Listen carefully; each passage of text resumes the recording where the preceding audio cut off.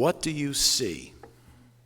Do you see a young woman looking away, or do you see an old woman close up looking to the left?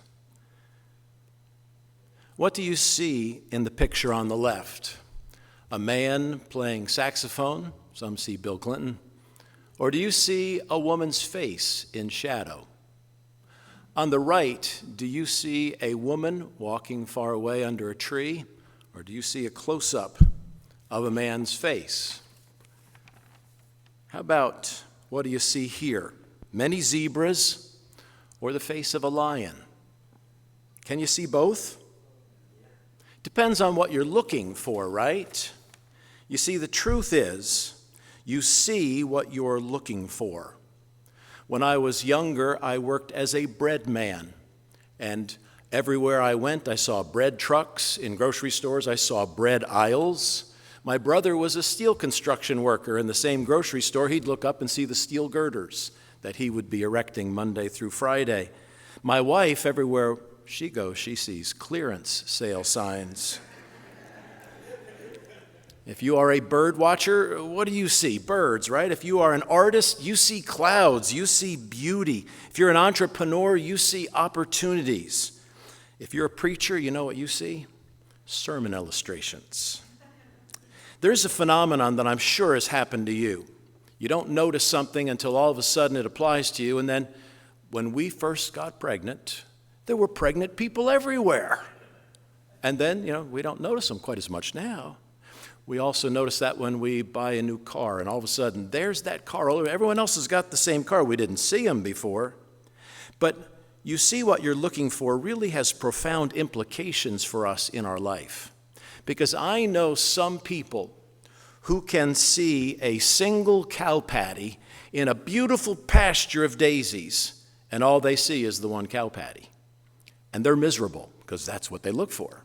And then there are those people, bless their hearts, who see in a whole pile of manure the one daisy. And they're the ones who have joy, because you see what you're looking for, and even more than that, you are what you are looking for. When you look for the manure in your mate, or in your job, or in the church, or in your life, that's what you see, and that's what you become. When you look for the flowers in the manure pile, you actually will be able to look for the beautiful flower in your mate, in your job, in your church, and in your life. You see, every one of us choose our life because we choose the most important thing in our human life, and that is our attitude. You see, if you want your life to change, you have to change your attitude. Don't wait for the circumstances to change. They may never do. And if they do, you don't change. You've got to change your attitude. But friends, here I'm going to share with you a secret. If you want to change your attitude, here's how to do it. Change what you see. Remember, our title is You See What You're Looking For. If you're looking for bread trucks, if you're looking for illustrations, birds, clearance signs, that's what you'll see. But if you want to change what you see, you've got to change what you look for. So today we are going to learn how to train our eyes to see not the bummers, but the blessings. So I remind you, if you want to change your life, change your attitude. If you want to change your attitude, change what you see. If you want to change what you see, you can do that by changing what you look for. I first titled this message, You See What You're Looking For, but then I realized it's more than you see what you're looking for. You become what you see, what you're looking for. So I changed the title to You Are What You Are Looking For. And I want us to see that, what you see, in Numbers chapter 13. In Numbers chapter 13, verses 1 and 2, this is the wonderful story of the children of Israel reaching the promised land. And the Lord told Moses, send men to spy out the land of Canaan, not in order to see if you can defeat them, but just to see what I'm promising you. I am giving to the children of Israel the land of Canaan. So here's who you send. From each tribe, that means there are going to be 12 spies, You shall send a man, every one a leader among them. Hopefully they're going to be visionaries, courageous, not cowards.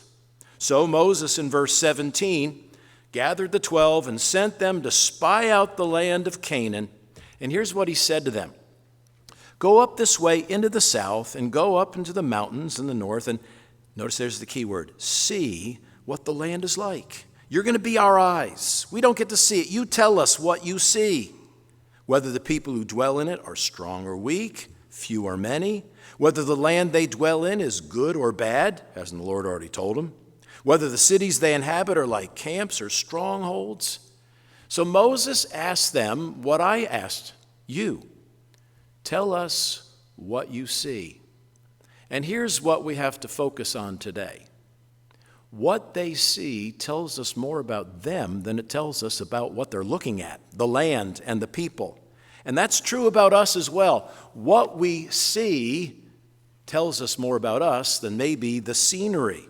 Verse 27, so they got back and they said, we went to the land where you sent us. Mission accomplished. It truly flows with milk and honey, just like God said, and this is its fruit. Have you seen the national symbol of Israel is men carrying grapes the size of the men on poles as they walk back? Nevertheless, that's that three-letter word in English, but the people who dwell in the land are strong. The cities are fortified and very large. Moreover, here's the key words. We saw the descendants of Anak there. You know what that is? We saw giants. What did they see? They saw giants. They didn't see the daisies. They saw the bummers. Not the blessings, but the bummers. But praise the Lord, there were two faithful witnesses. That was the cowardly 10, Caleb and Joshua. Caleb quieted the people before Moses, verse 30, and said, let us go up at once and take possession, for we are well able to overcome it. Don't look at their size. Don't look at their number. We got God on our side. These guys, they saw the blessings. They saw the milk and the honey. They didn't see giants. They didn't see obstacles. They saw opportunities. They had a can-do attitude because of what they were looking at. They were looking at the land that God had promised them. They were looking at God, not the giants. Verse 31, but the men who had gone up with him, the 10, said, we are not able to go up against this people, for they are stronger than we. Did they have a weightlifting contest? How do they know this? This is the doom and gloom crowd. These Johnny Rainclouds, these Debbie Downers, these Eeyores, oh, we can't do that. Have you seen us recently? What did they see? They saw what they were looking for. Joshua and Caleb saw what God had promised. And the other 10, all they saw were the problems, the obstacles, and why they couldn't do it. Verse 32, they gave the children of Israel a bad report of the land which they had spied out, saying, the land through which we have gone is, as spies, is a land that devours its inhabitants. Wait a minute, if it devours its inhabitants, why are they still alive? Why are there any inhabitants there you have to conquer? They're making this up, aren't they? All the people whom, here's the words, we saw. All the people we saw in it were men of great stature. Is that the truth? No, they weren't all men, and they certainly weren't all giants. But what did they see? All they saw was what they were looking for. Reasons not to go. Verse 33, there we saw the giants. The descendants of Anak came from the giants. And then this is so pitiful. They tell us what they saw in their selfies. We were like grasshoppers in our own sight, not in their sight, in our sight, but we were in their sight. How do they know that they were grasshoppers in their sight? Did they interview these people? How bad of a bunch of spies could they be? What do you think of us? Do you think we can beat you? Notice how they saw themselves. They saw giants. They saw reasons to stay home. So what do you see? In this story, the spies were looking for problems, so they saw giants, And guess what happened? They became discouraged. Inevitably, their attitude was changed by what they saw, and they saw what they were looking for. These small, fearful people with little or no vision see exactly what they're looking for. Excuses. We can't do it. Spies were looking for problems, saw giants, and became discouraged. But Caleb, bless his heart, on the other hand, big person, courageous person, he was looking for opportunities. So he saw milk and honey, and he was encouraged. Notice his attitude was changed by what he saw, and what he saw was changed by what he was looking for. He was looking for opportunities. And here's the key not to forget. Did Joshua and Caleb know there were giants in the land? Yes. They just looked at it the other way because they were looking at God and they figured that giant wasn't too big to hit. That giant was too big to miss. I can hit that from here. So here's my question for us today. What are we looking for? Are we looking for excuses to quit? Reasons to be depressed or afraid? If you want those, all you have to do is turn on the evening news, read the articles online, read the paper. They still publish papers, right? If you read the headlines, you think the world is ending tomorrow. And if you want reasons to quit and run to the hills and hide, you will find them. But if you are looking for reasons to be thankful and joyful, you will find them all around you. And you will be confident because you know God's in control. So, what you see is what you get. Have you ever seen this acronym before? WYSIWYG? WYSIWYG actually was originated by Flip Wilson in the 1970s, whose character Geraldine, not only said, "The devil made me do it," he also said, "What you see is what you get." Well, the computer nerds in the 80s adopted what you see is what you get for this newfangled thing for whatever you saw on your screen was what came out on the printer. Now, young people today take that for granted, but if you remember like me, dot matrix printers, what you saw on the screen wasn't what it looked like on the screen. Nowadays, all computers, PCs and Macs, is what you see is what you get. But that's the truth that we are learning today. What you see is what you get. What you see is what you look for. And what you look for makes you really what you are. If you see what you're looking for, that doesn't mean you see everything. As a matter of fact, the sad truth is we don't always see what's really there because we're focusing on the wrong thing. Now, we already had one responsive reading this morning, but I want to have another, and it's not in the hymnal, it's in your Bible. But I'll put the verses on the screen. I want to read aloud, responsively, Psalm 136. I will be the worship leader, and I will read the first part of each verse, and then would you read the second part of each of the 26 verses? Here we go. Psalm 136, verse 1. Oh, give thanks to the Lord, for he is good. Oh, give thanks to the God of gods. Oh, give thanks to the Lord of lords. To him who alone does great wonders. To him who by wisdom made the heavens. To him who laid out the earth above the waters. To him who made great lights, the sun to rule by day, the moon and stars to rule by night. To him who struck Egypt in their firstborn and brought out Israel from among them.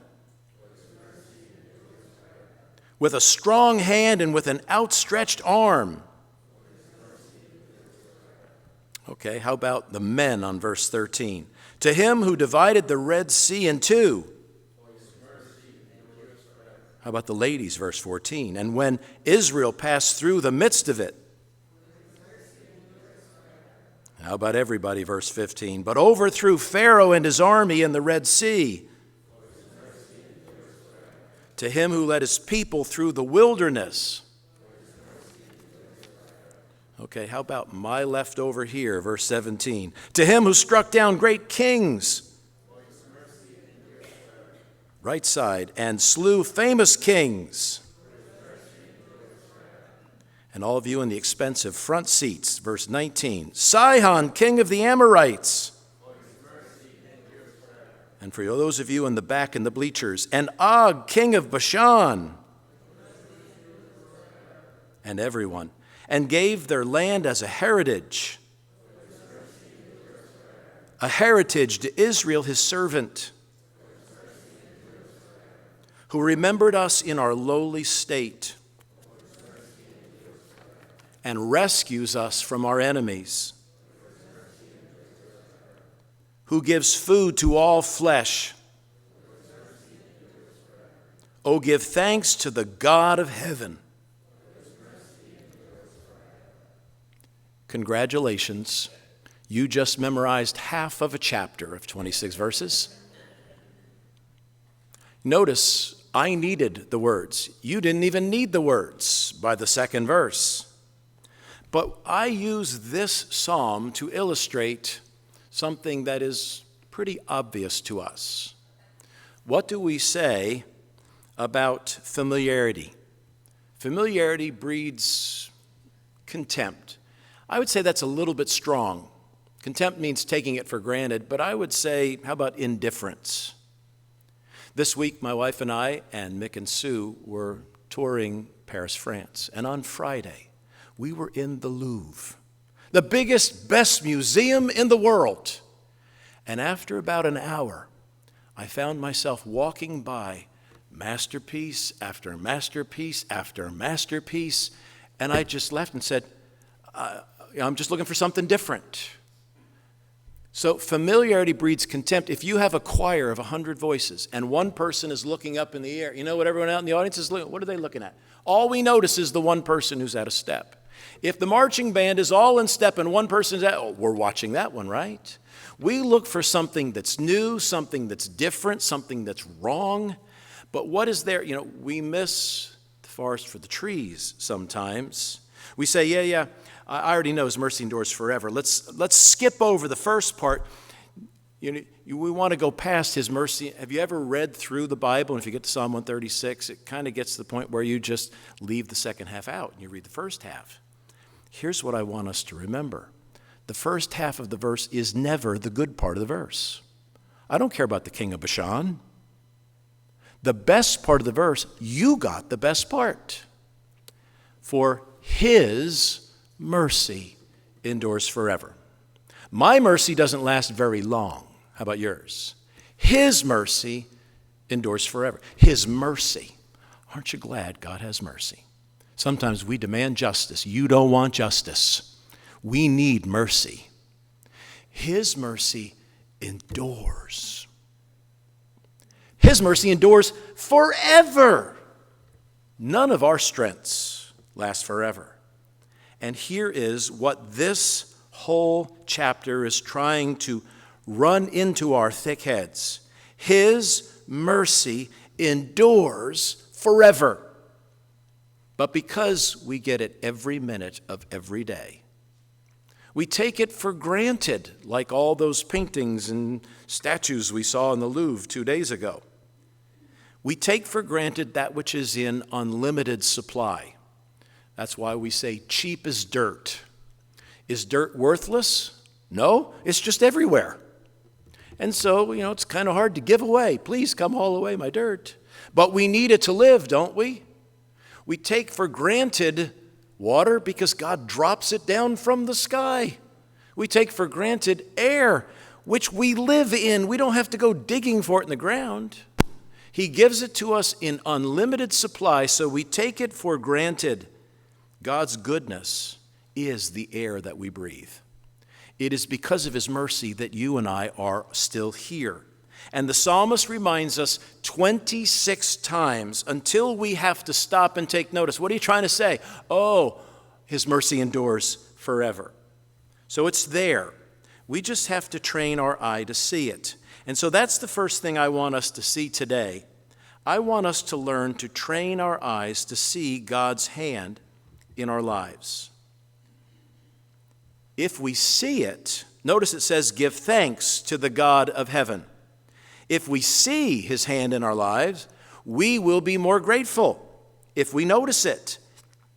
If we thank him for it, it will change, not just make him happy to say you're welcome. If we thank him, it will change our attitude. We will be looking for blessings instead of bummers. So here's a silly question. Is God's hand in your life? Of course it is. Do we recognize it? Probably rarely. We think that maybe God's hand is all over the pastor or the missionaries or Billy Graham or, the saints, not us. But I dare you this week to play hide and seek with God, and he's not hiding. I dare you to go on a God hunt this week and look for God's hand in your life. And here's the key. You see what you're looking for. Remember the song, Count Your Blessings? You'll be counting all day if you really are honest with yourself. The truth is, you see what you train your eye to see. I knew a guy who was a golf groundskeeper. All he did all day was mow the golf course and pick up people's lost balls. His eye was amazing. He had an eagle eye. He could see a golf ball 300 yards away in heavy grass and in the woods. He amazed me. He could see golf balls because he trained his eyes to see them. Can I see God's hand 300 yards away? Editors, you know what they look for? They look for mistakes in what they're editing. I'm afraid sometimes we're much like God's editor. We're trying to correct what he's doing or not doing. And we often miss what we are looking for. My favorite saying, I say it quite often, the tragedy of life is not what happens to us, but what we miss. And if we don't look for God's hand in our life, we probably won't see it. He doesn't sign his work very often. And so it's right in front of our eyes. His mercy endures forever. His goodness to us is amazing. But we've got to train our eye to look for it. How many of you remember, raise your hand if you remember Where's Waldo? Our kids had every Where's Waldo book. And by the time we had it for a week, they had and we had memorized every Waldo. They're very hard to find, not in this one, because you wouldn't be able to find it in that picture.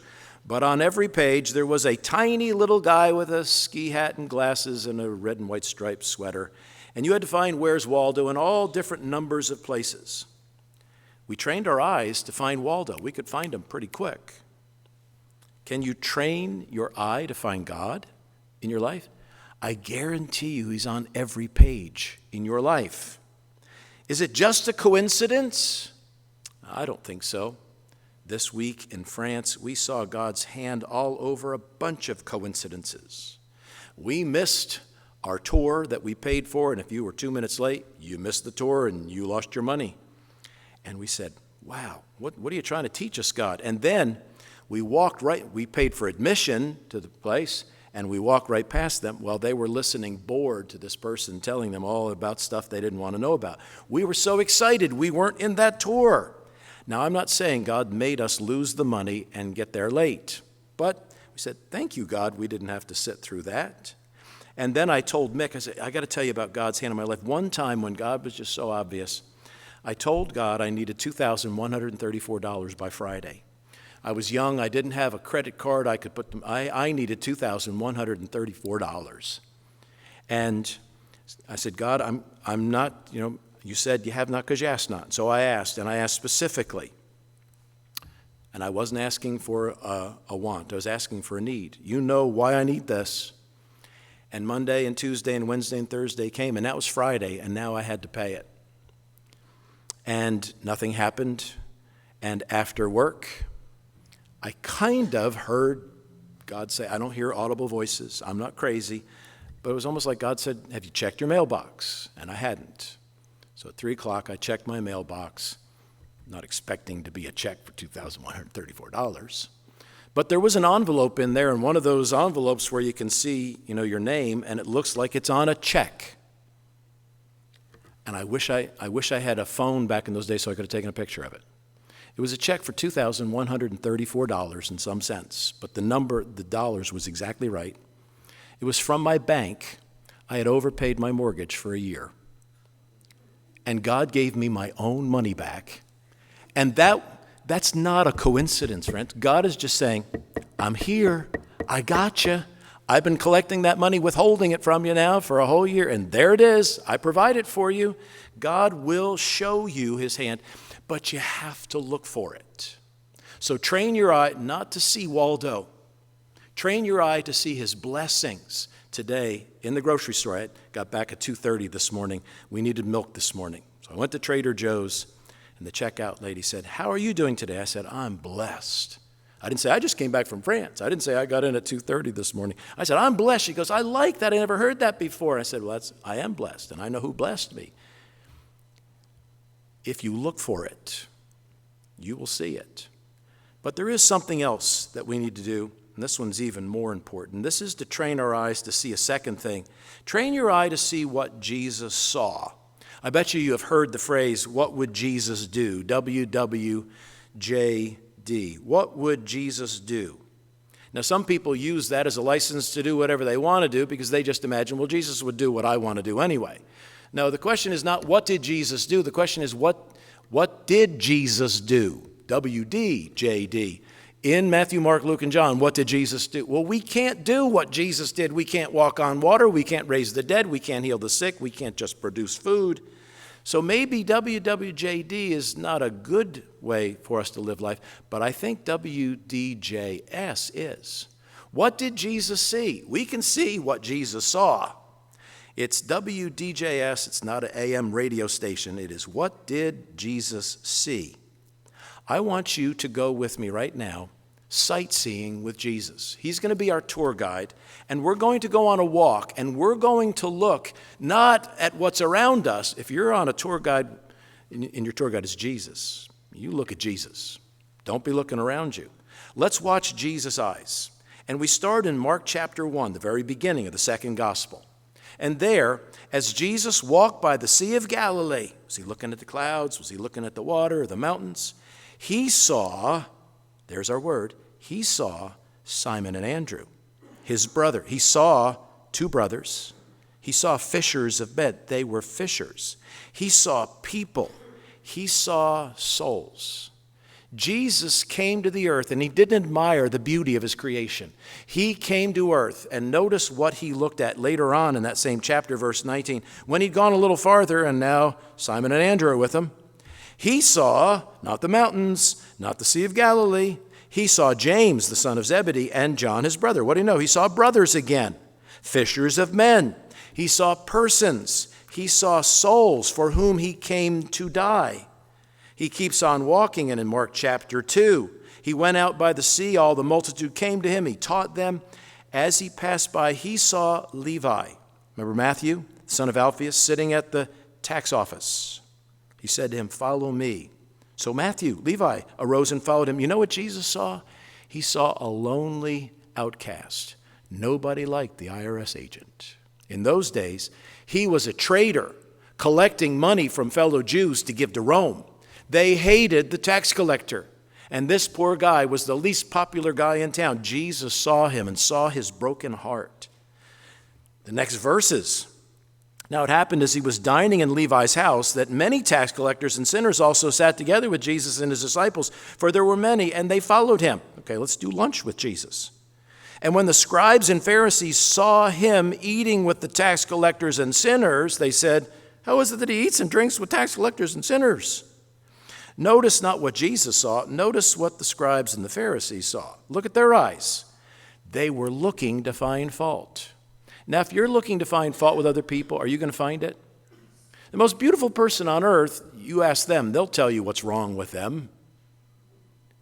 And if you're watching to see someone else's fashion faux pas, you're going to find, look, his socks don't match. If you're looking to find fault, you will find it. And that's what they did. They found fault with Jesus. If you can find fault with Jesus, these guys, if they got to go to heaven, they would complain. It's too much gold. So here's sometimes what we look at. Men look at women too often as sexual objects for their visual or their personal pleasure. They look for a glimpse of skin.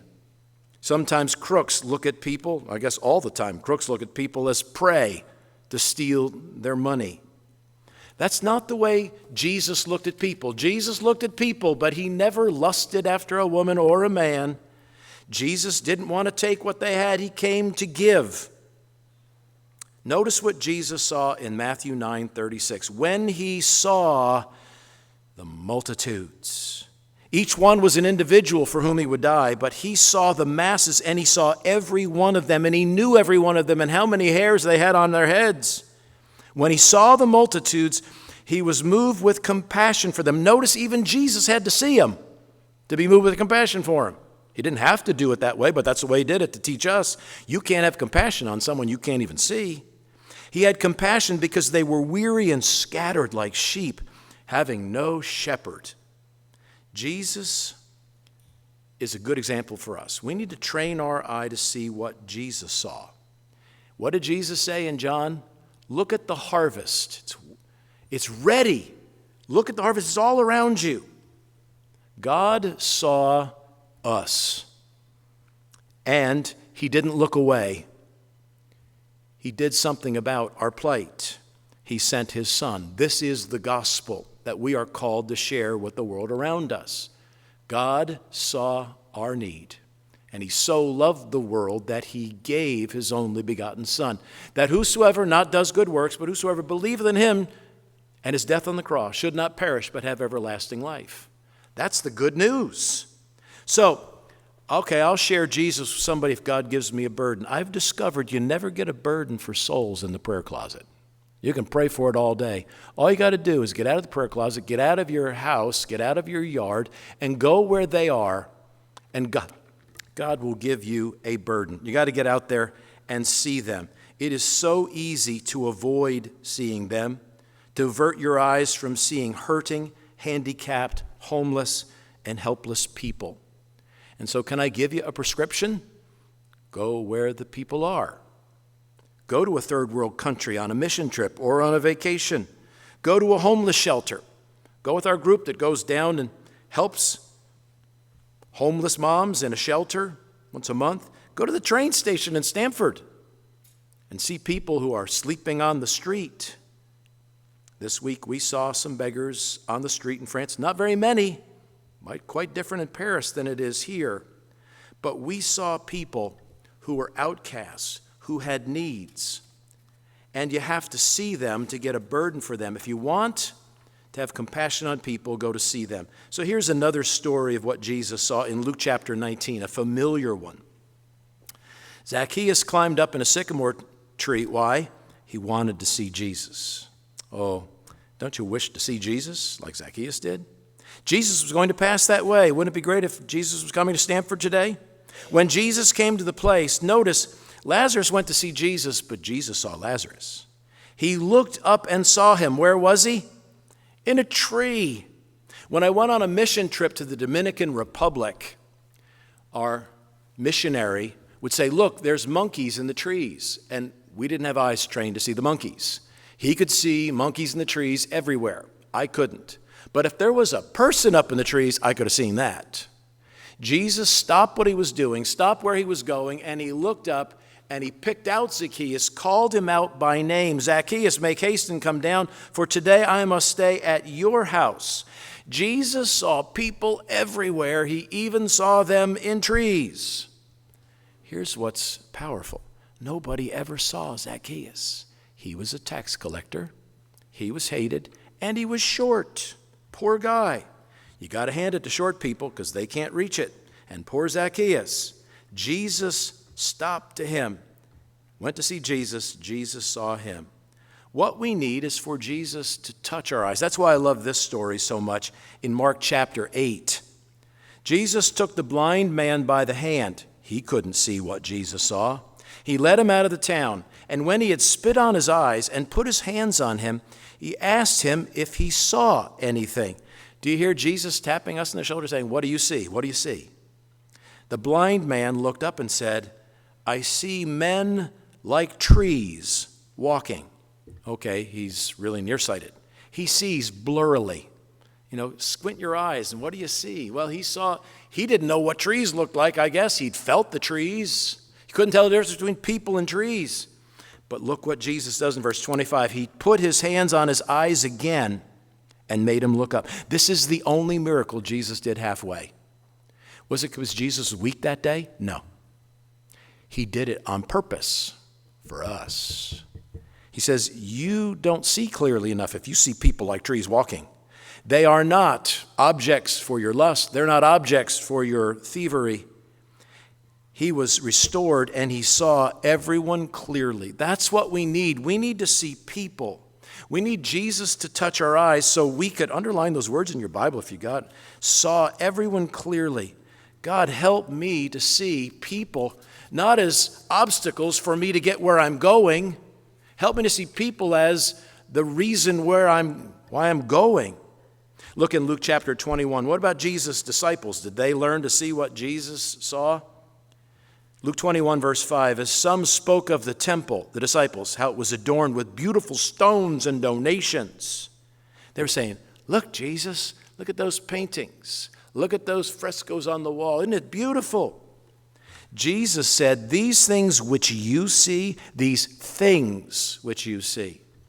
The most beautiful thing in the Louvre wasn't a crown, and it wasn't a painting, and it wasn't a statue. It was the people that God sent his son to die for. Do I just see things? Jesus said, these things which you see, they're all temporary. The days will come in which not one stone shall be left upon another that shall be thrown down. Jesus is saying, get your eyes off the walls and look at the people around you. We went and we saw some beautiful sights this week. We saw Versailles, the Arch de Triomphe. We saw Notre Dame. We saw the Eiffel Tower. We saw the Louvre. The most beautiful thing to God we saw were French people that Jesus died for. I want you to see Jesus watching people in that same chapter just a few verses earlier. What were the disciples looking at? The walls. What was Jesus looking at? The people.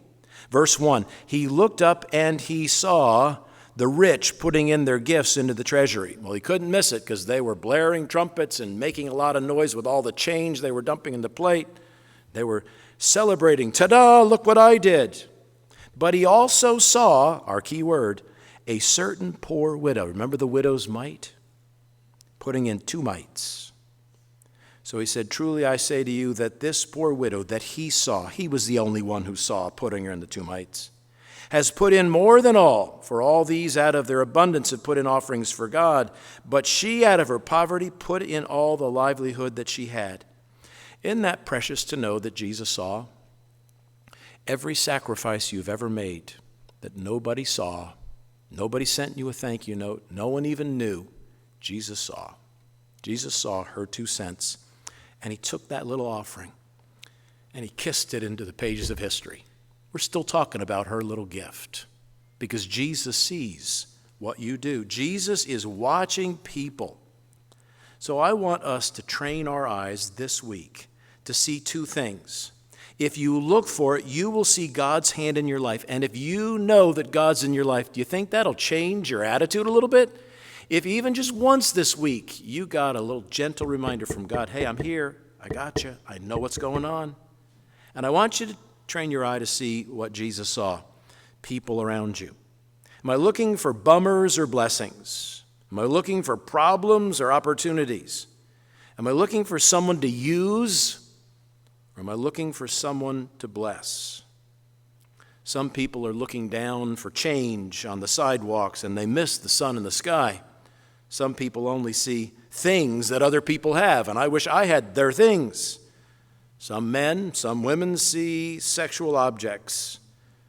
Crooks see potential victims. But ask yourself this question, what do I see? Not in an optical illusion. I'll tell you what you see. You see what you are looking for. And here is the good news. God has hardwired your brain to see people. I don't know if you ever knew this or not, but our faces, watch a child's face light up when it sees its mother's face. Even when it sees a stranger, they know the difference between a stranger and a dog and a bicycle. Why? Because our brains are hardwired to see people's faces. Here's proof.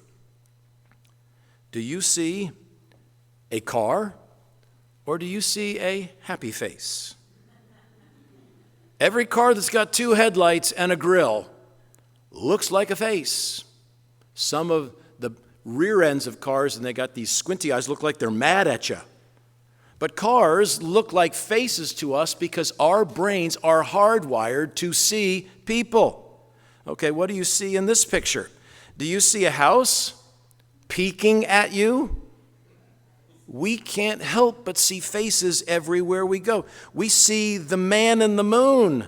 We see people in the clouds. We see people in mountain formations. Do you see the man in the mountain looking to the left? Our brains are hardwired to see people. We need each other, and people out there need us. But here's my question for you, church. Do we even see people in people, or are they only objects? Do you see souls for whom Christ died? I saw beautiful sights in the City of Lights, but God has trained my eye to see people who need Jesus in a dark land, spiritually speaking. Jesus asks the words from the famous Christmas song, "Do you see what I see?" When you leave this place, you will see today someone who needs Jesus. You just have to train your eye to see what Jesus saw. Look for God's hand in your life and look for what Jesus looked for. And that will make you different. It will change your attitude because you change your attitude by changing what you see, and you change what you see by what you look for. You are what you look for. Lord, thank you for giving us spiritual eyes to see. Lord, let us not take our physical sight for granted, but Lord, help us to use the sight that you've given us to break our hearts for what breaks yours. Lord Jesus, if there's one here today who's never trusted in Christ, I pray that today they would accept your gift of salvation that is freely offered at Calvary's cross. Lord, I pray that right now, where they're seated, they might receive this gift by praying something like this to you in their heart and meaning it. Lord, I know I'm a sinner. I know I can't save myself, but I know you died for me. You took my place on the cross. And the best way I know how, I ask you to come into my heart and life, forgive my sins, and make me what you want me to be. With your head still bowed, if you prayed that prayer this morning, I'd love to pray for you. Would you allow me the privilege? You can indicate that on the card, the attendance card in the pew. Give it to me, put it in the offering plate. Give me a call, give me an email. Ask someone before you leave. If you're a Christian today, has God given you an eye exam today? Would you ask God to open your eyes? Would you train your eyes to see what he wants you to see? Lord, help us to turn our eyes on Jesus and look full in your wonderful face. And the things of earth will go strangely dim in the light of your glory and grace. Amen. Let's sing that chorus. Again, we sang it earlier with the verse. Let's sing the chorus twice, Ron. Marie, Stephanie.